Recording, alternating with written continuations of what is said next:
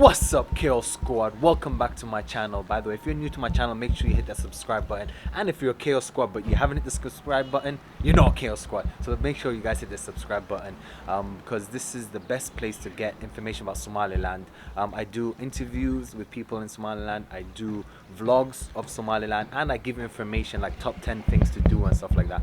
So this is the best place to get it. Just in my garden right now, actually.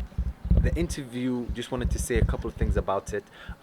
This is the first time that I ever tried using like 3 cameras, so it's new. I'm still learning. I always try to improve myself. So audio, by the way, I've done it outside as well, so the audio is going to be a bit different. The camera angles, the brightness, because basically we can't adjust the brightness while we're filming in the interview, so they're going to be a bit different from the 3 cameras because there's 3 different camera qualities. So sorry about all of that. I just wanted to come up front and just tell you guys that, but trust me, this interview is the best interview I have done ever right now, up to date. We go deep in, calling some people out, and we also talk about the economy, and we talk about basically how this organization Rootworks is helping Somaliland and how we can help Somaliland all together. Alright guys, anyway, hope you guys enjoyed the interview. If you did, make sure you hit that like button and share it with someone. Okay guys, peace, blessings, let's go.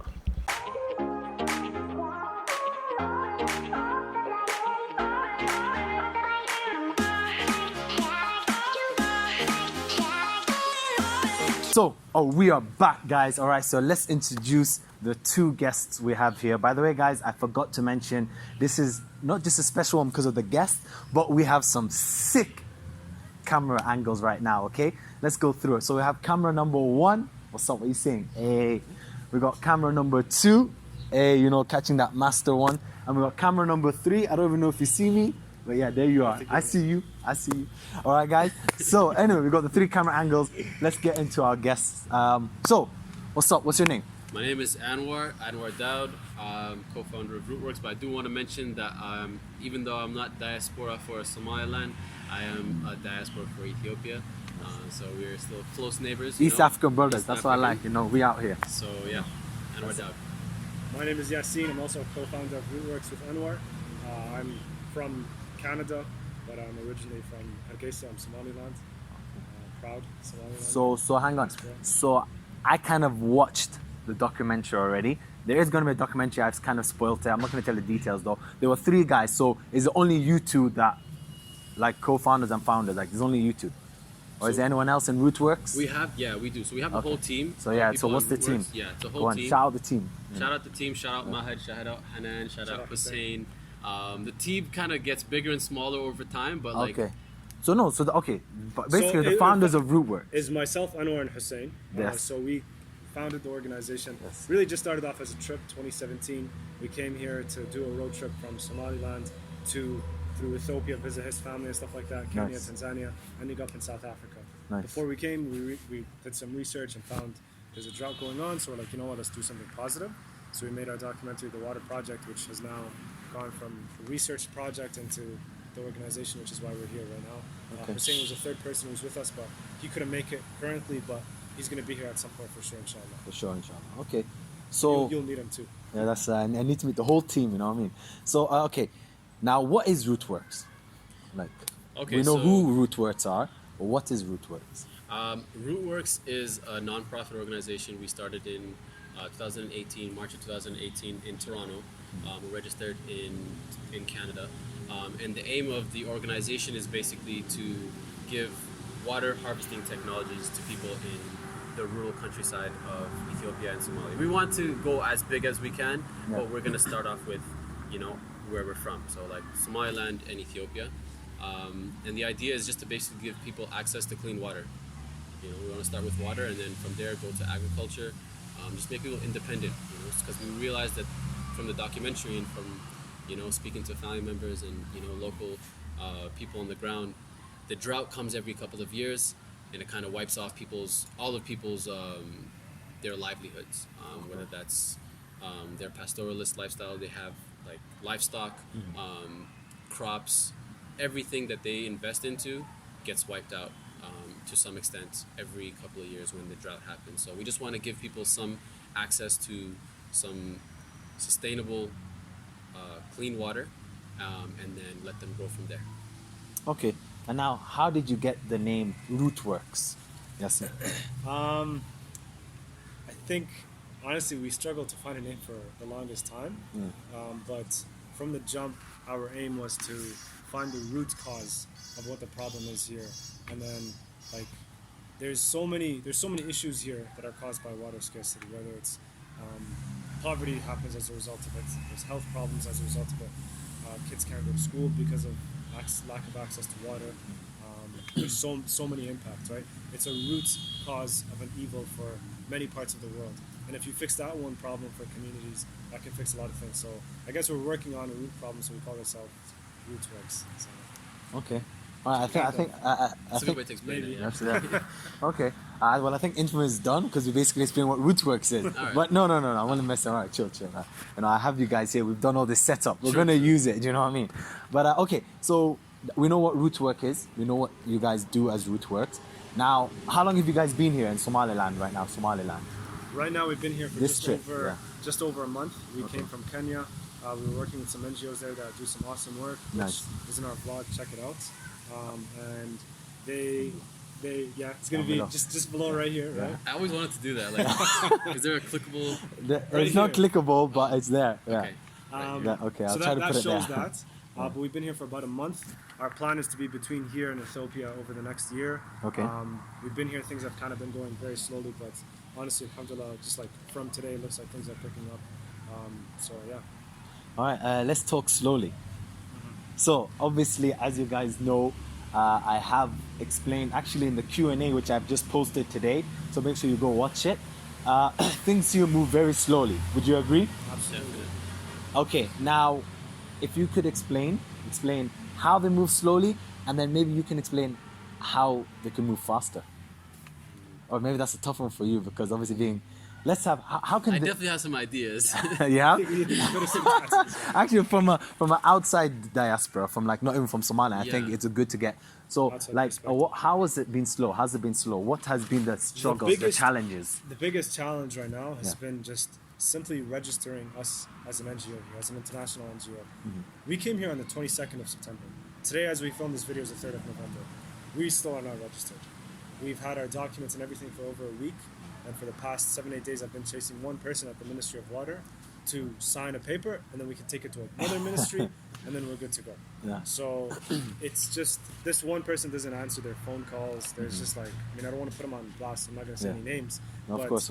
It's just no names. You go to ministries, and there's like not an official working hours. There's not exactly a very official means of like a hierarchy or a chain of command. People just don't show up to the office some days, and it just really holds you up. Yeah, no, that's true. I've had that experience as well. You know, it's unfortunately that's how it is here. That's how it works. But hopefully, how can we fix that? I don't really have like a one solution to how we can fix it, but I think just knowing what the problem is more, like fleshing out what the problem is itself, we can just find out some solutions naturally from there. Like one of the things, like Yassine mentioned, basically there's roadblocks every step of the way. You take one step forward and then you got to stop for like a week, and then you got to wait, and then you got to stop. It's like one step forward, and it's like you really feel drained at the end of it. And I'm just speaking on behalf of like an organization trying to get registered in Somaliland for the first time with no real big financial resources to reach out to, and I feel like this is probably a product of them not being used to like an organization like us. I feel like their only relationship with NGOs is like big international NGOs that have like unlimited resources. They don't really care so much. I shouldn't say they don't care, but I think they're less interested in the process itself, and they just want to see results, so they just kind of like throw money at it, and what that results in is an influx in bureaucracy and potential for corruption. So like when we try to deal with these ministries, they're a lot less willing to do work unless they see a personal interest in it. So like it's been kind of tossed around in very like hush hush ways, but basically we have to have like a little budget set aside for potentially giving to ministries salaries, and Of things that course, should just under the move table smoothly. kind of thing. Basically, yeah. Yeah. And I feel like that's a result of the NGOs coming in and having no, what would you say? Like they have no. They have no budget. Like their budget is a empty checkbook. They go to these people and they say, man, I need to get this done right now. Maybe they'll slap them $100 or $200. Go finish this work off for me. Because from their perspective, I feel like it's all paper and pen and paper for them. They just want to say son. X many projects done in Somaliland, and then move on. Go to India, go to Africa. Like, you know what I mean? It's very macro. So, but the result is there's no capacity building, and I think that's what they're looking for. The ministry themselves, they want to be able to see their personal contribution and what they're going to get from it. Yeah. So Yeah, sorry. I'm we're doing it in my garden, all right, guys? And you got socks on and everything. I've got no socks. I've just got my bloody slippers on, and basically I'm getting eaten alive by mosquitoes. Maybe we'll have to rethink this. But anyway, let's go. Let's see how this turns out. All right, so we got the struggles. Now, how far are you guys? Like, where are you guys now up to? You're still trying to register. What's the next step after that? So simultaneously while doing that, we've been preparing the groundwork for us to start our pilot project, which, like you mentioned, is building a sand dam, which is essentially it's a rainwater harvesting technology, probably the most efficient, cost-effective method for communities like in Somaliland and in Ethiopia. We saw it in Kenya. Again, check out our vlog right here. You'll see what it can do. They're built across dry rivers. So like here in Somaliland, or people who have been here or in dry countries, there's a defined rainy season. And rivers are only rivers when there's rainfall. So what you do during the dry season is you build a wall there, and it captures sand, hence the name sand dam, and that sand contains a lot of water. So right now we've just been researching and using some like maps, like Google Maps, Google Earth, to try to find locations where we can potentially work, Nice. looking at areas with the most poverty, and we're working with Candlelight, a huge, awesome local NGO. They've been operating since 1993 here. They know the community. Since 93, since right after the war. So we're going to be working with them because obviously people see us too, they see outsiders. We need locals that actually know the land, know the people, know how to translate with them. So we're hoping next week to actually start being in the field and looking for communities starting in Sanag and Arigaba. Oh, really? Next week? I'm coming, obviously, yeah? Come through, man. come through, man. Yeah, I've been planning a Dalo trip. It's gonna happen. Like, you guys you're not going Dalo, but you are going to Ergabo. Go to Yeah. Arigaba, yeah. Okay, then it's just a simple car a ride, like 30 minute $40 or something like that. Yeah. 30 minutes or something, as well, and $40, yeah. Okay, that's good. So now, let me try to grasp. Like, you sent me a video. By the way, I'm gonna put the link of the video you sent me down below of explaining what a sand dam is. But let me try to explain it from someone who's never heard of sand dam before. I've heard maybe the word, but never thought of what it could be. So, all right, this is me trying. All right, if I get anything wrong, do fix me at the end. All right, so basically, it's rainy seasons happen not so often. So the idea is to catch the water. Now, catching the water is the best way is through dohs, or dohs another word is riverbed, or or a wadi in Arabic. Yeah. So rain comes and it just keeps going though. Maybe it'll end up in the ocean or something like that. Wherever it ends up somewhere, of course. So your idea is sand dam is like a normal dam is to block. So that's where the word dam comes from, but not sand. Because I was thinking the whole time, like, what? You make it out of sand? You know, like, there is sand involved, obviously, but it's not just like sand. I can sand. see why people would mistake that. Yeah, you know? It sounds pretty misleading. That's what I thought for the first time, like, sand dam made out of sand. Some people call it a sand storage dam. Sand storage dam. Or That's sand better. dam. So when we finish explaining, but that would have been better now. I understand it. But then, like, it's okay. So then now it's raining. You've built the dam. Okay, it's the sand dam. It rains, and of course, it stops the sand, aka the dirt or whatever, from going away. So it blocks the sand, and when it blocks the sand, it does a backup of like sand, and then that's where, of course, the sand comes as high as the dam. Now, of course, you have dam. It has to overflow the water, otherwise it would just like it's going to become a lake, Yeah. right? So that's where you have like a kind of like a gap, a triangle thing, and it kind of. So that's where the sand Exactly, dam spot comes. Is on, that right? spot on. Yeah, absolutely. That's from the video. I'm not gonna lie, but yeah, that's someone explaining it who doesn't know, who didn't know what a sand dam was. 10 out of 10 for But, yeah. but I think we definitely need to change it though. The word. Yeah, let's- maybe. It's been a tough word for people to Yeah. pronounce. To So, not even not pronounce, Yeah. bro. To get the concept. the concept concept. Yeah. Yeah. of sand dam, because when you say dam, everyone knows a dam is concrete, cement, boom, high. Sometimes in some countries the goats climb up it. I watched it on YouTube. You Yeah, know? I saw the same one actually. I know it's not the same one. Is it? I know I've seen it. It's Oh, the you've one seen in where? Somewhere. Oman. Oman, yes, Yeah, it is. Yes, yeah. yes. The Oman, yeah, exactly. The one's crazy. it's crazy. Why, bro? It's like The vertical. clip, yeah. Bro, it's crazy. These guys are just like flipping. Yeah, They're showing the goats and then they zoom out and then it's like they show the above shot. the right? drop, Yeah, yeah. and the guys go, yo, I Goats didn't are fall. crazy, man. They're actually crazy creatures. Nah, like I'll put the clip here just quickly for you guys to watch it. But then, all right. So that's what a sand dam is, and that's what you want to build. Have you guys found a location? Can you give us a location, or is it low key? As far as we've gone, is narrowing down where we're not going to work. Okay, where? So we're And then not- how come? Okay, so it's a very important question because we want to do as much empirical research as possible. What I mean by that is we want to be able to show through research and through like facts and figures which regions we're going to work in and which regions we're not going to work in. The reason why is because this is it can potentially be a very controversial project because you know you're helping out some people and you're not going to help out, or you're not. It's not that you're not going to help out, but you're preferring some regions over others, and I feel like that's a hotbed for some people to say, oh, you're picking those people over my people, even though my people are suffering more than your people. Keep in mind, I'm a local too, so Yeah. You know, and there's this whole tribal issue here in Somaliland, similar problem in Ethiopia. Everybody's suffering. There's a lot of people suffering, but everybody always feels like their group is suffering more. So ours is based on data and facts and figures. So we did a lot of research. We looked at UN figures and statistics, and we looked at the whole country, Somaliland, and we can't work in Somalia, by the way, as a side point. Somalia, the south, we can't work in Somalia because of safety issues and logistical issues, basically.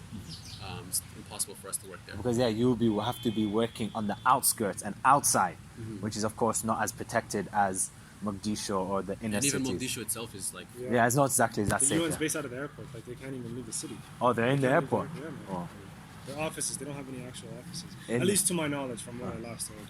okay. Plus the fact that we don't even actually know anyone. Like Yeah. I have family here and people who have made this process like easy for us to work here.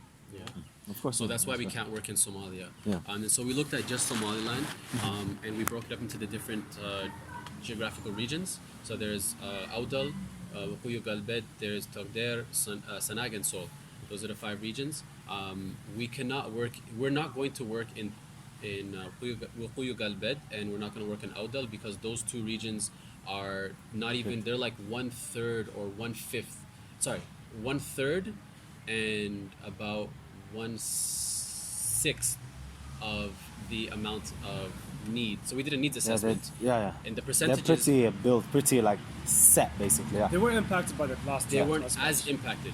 Okay. They were like a fraction of like a number of people impacted. And we looked at number of people who were affected, like IDPs, in terms of IDPs, health rates, livestock lost. We looked at a whole bunch of different statistics. So we're not going to work in those 2 regions. So that means we're going to work either in Sanag, Togder, or Sol.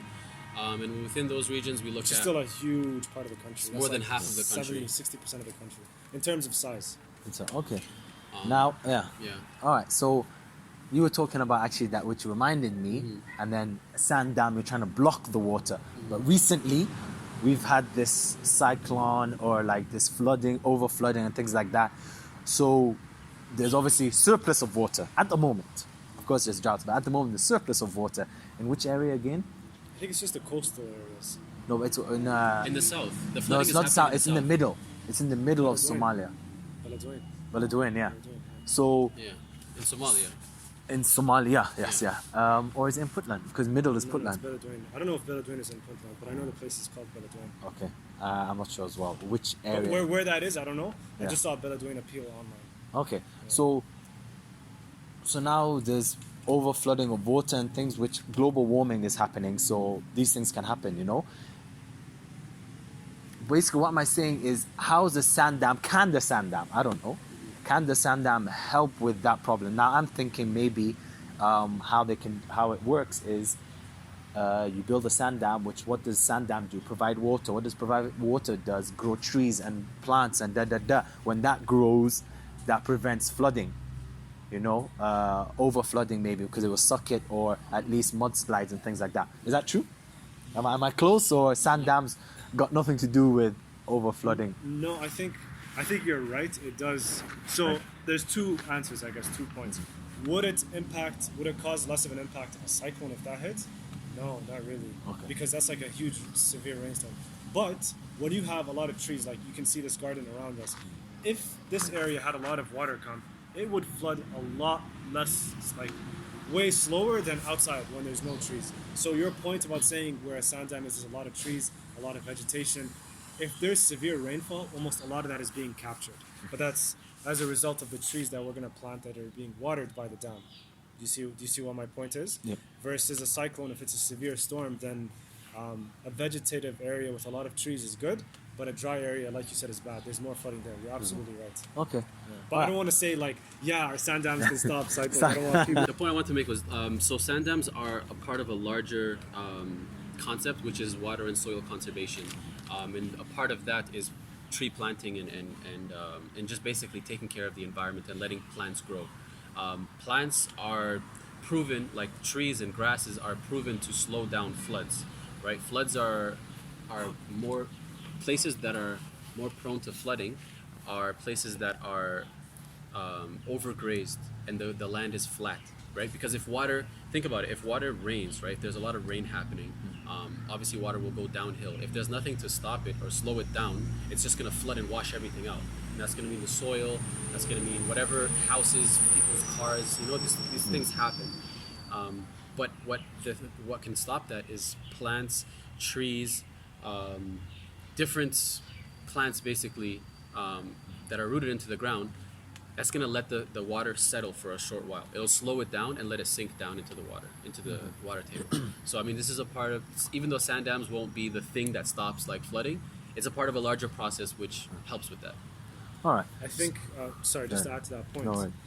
Anwar gave a good example recently where he's like, when you have trees, it's like a carpet versus like, I don't know, like Bare tiles. floor. Bare floor, you know? If you pour water on bare floor, it just like it's- goes, versus yeah. a carpet, it might still flow, but it'll absorb it slowly. Island, yeah. Right? So Okay. I think that was a good way to kind of like think about it. A good analogy, right? No. What's Sure, the word? Let's go with it. Metaphor? A good. I don't know. There's a word. Our English is being here. You can tell all Yeah. three of us is suffering. We're testing to see the interviews here. All right, so that's Rootwork, guys. All right, guys. So let's go support them. Do the shout out now because we're going to go into Shout out. yeah. So To- to the Rootworks. What's your Instagram, Facebook? Our all that? Instagram's right here at Rootworks __ Facebook. Check us out. We'll have all the information in the video. Check out our website. Check out our Instagram. We're coming out with some vlogs, so if you guys want to see what the work is like, you'll get behind the scenes. For sure. I'm going to be in the vlogs He's as well. probably going to be joining us sometime soon, inshallah. I love the camera, you know. All three of them. If we have an event coming up in your city, please do come out, support us if you can. If we don't have an event coming out in your city, then just go to our website, support us in any way that you can, shout us out, let people know, share it to other people, and yeah, that's basically it. So good you mentioned that because actually you have an event date. I'm not sure if it's confirmed. Is date confirmed yet? Date is not confirmed. Date's not You mean confirmed. the one in Hargeisa? Yeah, the one in Hargeisa. No, I just spoke to her a couple of hours ago. Okay. We're gonna be, so what he's talking about is the screening that we're having here. We're having here in Hargeisa. The date is not set, but it's gonna happen sometime this month in November. Okay, At so the Hargeisa Cultural Center. yeah, the Hargeisa Culture Center, amazing place. As you guys know, I've got vlogs in it as well. I connected them to the organization there, or like the center, and How have they Thank you been? for that, Amazing, by the right? way. Yeah, it's No. been amazing. Yeah, it's They're been really awesome helpful. guys. Shout out to Jama. So anyway, now let's get into Somaliland. Yeah. All right. So how's Somaliland been? Like obviously, I don't know how long have you been away for. So I've When's the never last time you came? 2017. He was here at that time too. Okay, so you But he both was for the here first time you briefly. both came at the same time. No, that was not my first time. My first time Ah. was like I was a kid in 2000. Okay, The so year 2000. so 2017 was the last time you both Yeah. came. Okay, what has changed? What has changed? More restaurants. There's definitely more food options. Okay. A lot more businesses. I think there's a lot less poverty now because there's no drought right now. Last time we were here, like you can't go anywhere without like beggars. People always asking for money, and a lot of these are people who came from the countryside because they lost all their animals, they lost all their livestock, which was why we made our documentary, The Water Project. So when people lose all their animals, they have no choice but to go to the city and essentially beg because they're starting from zero. From scratch. Yeah. But there's been a good response, I think, by local and international efforts in raising funds and helping people get their animals back. Like you've probably seen, there's been a lot of rain. I mean, just again, look around this garden. I'm sure you haven't watered it that much, and it's just like For a while, crazy. yeah. I don't think he has the garden, I know. Yeah, it's No. because it's been raining like crazy the last 2-3 months. True, and I think you've been here longer. How has it been? How have the rains been this year? I've been here for like 2 rainy seasons, and this one, the one that's like it's still actually going, has been the most and the heaviest. It's been heavy. Like I thought today it was gonna rain a bit, and I hate the rain. You hate And it? like I hate the rain. I hate the rain. That's why I left bloody Manchester because of the rain. Like UK, it rains every single time, and it's like you don't even know when it's gonna rain. It just starts to rain. It's just then- grey, Yeah, yeah. it just rains, and it's Yeah, grey all day. So that's why I left UK. But yeah, I hate the rain. But no, here it's different. Here I feel like it's a blessing. You know, it's like okay, you know, rain. You know, as long as I'm inside. But it's the worst though here as well because when you go out, there's no pavements. Yeah. There's no nothing, so it's just mud, slide everywhere. Your shoes are gone, Gone, yeah. finished. Finished. Wallahi. The roads have gone worse, surprisingly. But I think Oh that- shit! Since 2017, Yeah, really? yeah, I never thought I'd say that. But it's because of the rain. Because the thing is, like, you've seen most of the roads, they're roads, it's not actual tarmac. And rain is what messes up, even when you have tarmac and you have asphalt and concrete. Yeah, If it's not designed properly, which and never, you have it never just- is. It never here. is, and you Yeah. have water settling on it, it damages it. Yeah. It ruins it. So if you look at roads in February or March, I guarantee you they're better than they are right now. Even though I wasn't here. But, like, from when I've been here in August to now, roads in my neighborhood have gone worse.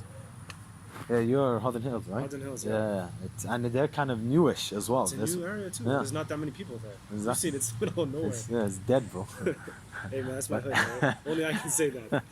Dead area. But okay, so that's the way. So what about you? How have you found Somaliland being now a diaspora from Ethiopia? You know, still Just general opinion. yeah on Somaliland.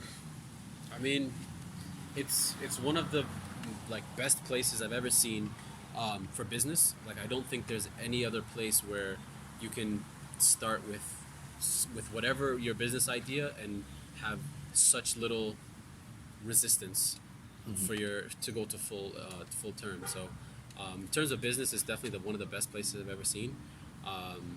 People they seem to be really nice. I haven't had a problem with anybody. I mean, I get a lot of questions for sure. Especially the haircut. The hair doesn't help for sure. But yeah, like people are really nice. They love it when you try to speak a little bit of Somali. And yeah, generally people are really cool. The food is good. It's just, me personally, whenever I'm in a city for too long, it's like I need to get out of a city for a short, like every Same. couple of weeks I need to leave for a while. So yeah, I just have that every couple of weeks. And I just went to Berbera a couple like last week or so for a day. How was Berbera? Berbera is like an even smaller town than Hargeisa, but it does have the beach, so that kind of does redeem it. So I loved that. I loved going to the beach, swimming in the water, do the diving, and all of that. So, but it is hotter. It's much hotter than here. As much. Yeah. Now, if you had a message, we'll start with Yassine, for the Somali diaspora. Sorry, real quick. I'm just gonna run to the cameras and see if they're still running. Okay, yeah. I'm just afraid to stop. Good to go. Good to go. Wait. What? It stopped? This one stopped, yeah, but this one. It's me, bro. It's me. I'm the main guy. That can't stop. It's my show. No, we're doing this again. How did I know this is gonna happen? But no, at least my man's on it. My man is on it. Okay. Like a car bonnet. Alright. So, anyway, we'll wrap it up because it's getting dark. Like we said, we're doing it outside. So, message for Somalis living abroad. Honestly, like, I don't want to tell people pack your bags and move back here because it's tough, especially for women. This is a man's world, right? This is a man's world. It's a man's And it world. got none. JD. Yeah, I'm definitely putting that on the edit. Thanks for saying that. No worries, I got you. It's more catered for men and for men to go out and do things and go out, even if it's something as simple as going out for dinner and stuff. I mean, women can still do it, but I'm saying it's not the same as the West. With that being said, I would tell people there's a lot of opportunities here. There's a lot of opportunities here to become rich, to become wealthy, and to really have an impact. A big reason why I moved here, because I have moved here not only for the project, but for family, Yeah, you as have, well as yeah. I'm getting involved with business and stuff like that here too. So My God. it's Sorry, you don't the get option. The option in Canada is like, I just finished university. It's like, okay, go work a regular 9-to-5 job. I'm not going to save much money. I'm not really going to become wealthy. In Canada, for example, and I'm sure it's like this in the West, from the janitor to the doctor, each person has close to no savings at the end of the month, or they're in debt.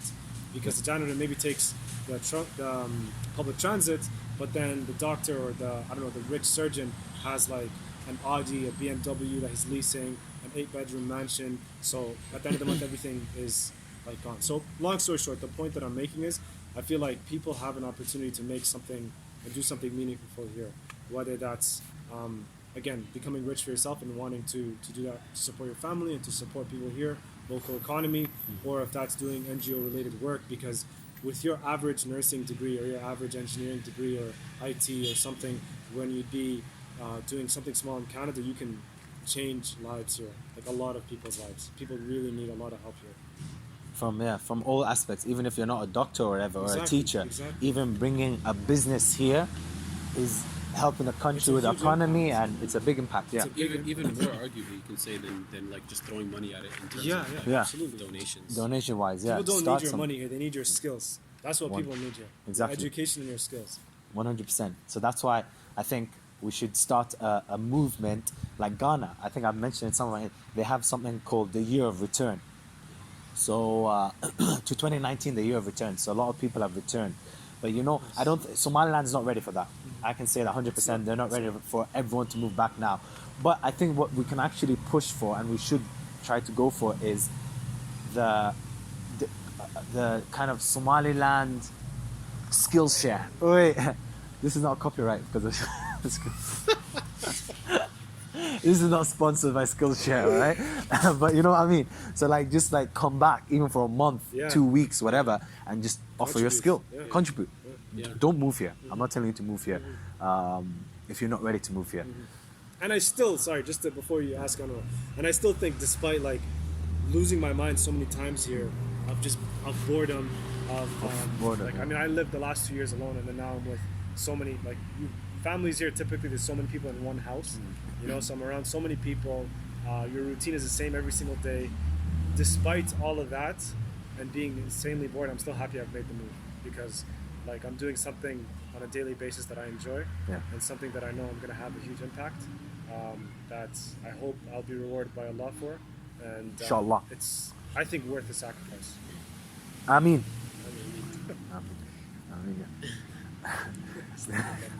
all right. What's up, you?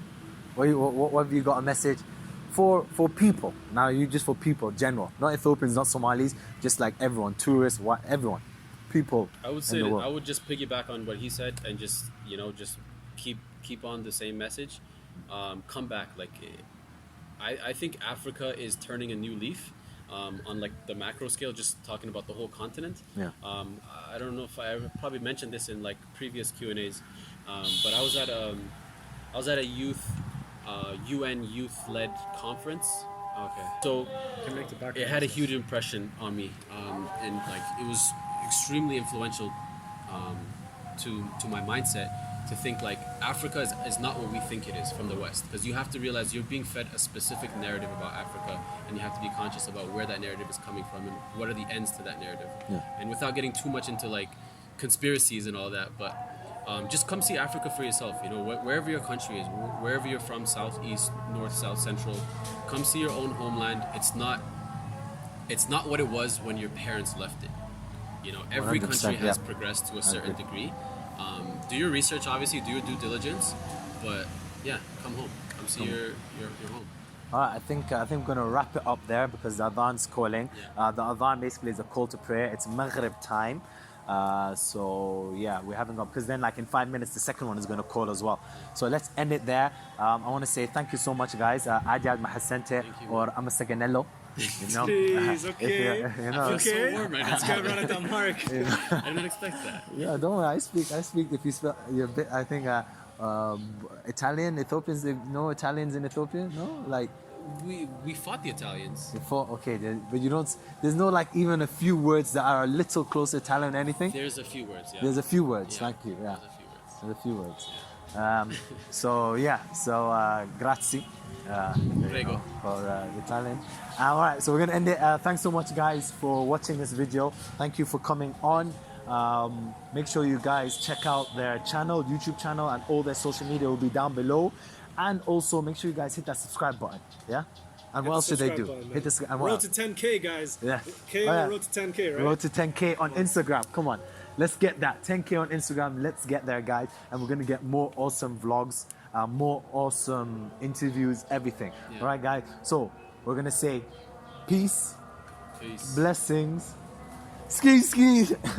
Yeah, all right, man. I don't know about that. What? Yeah. Thank you, sir. That was thank Yo, bro, what, you didn't get it, bro. That was What did I awesome. not get?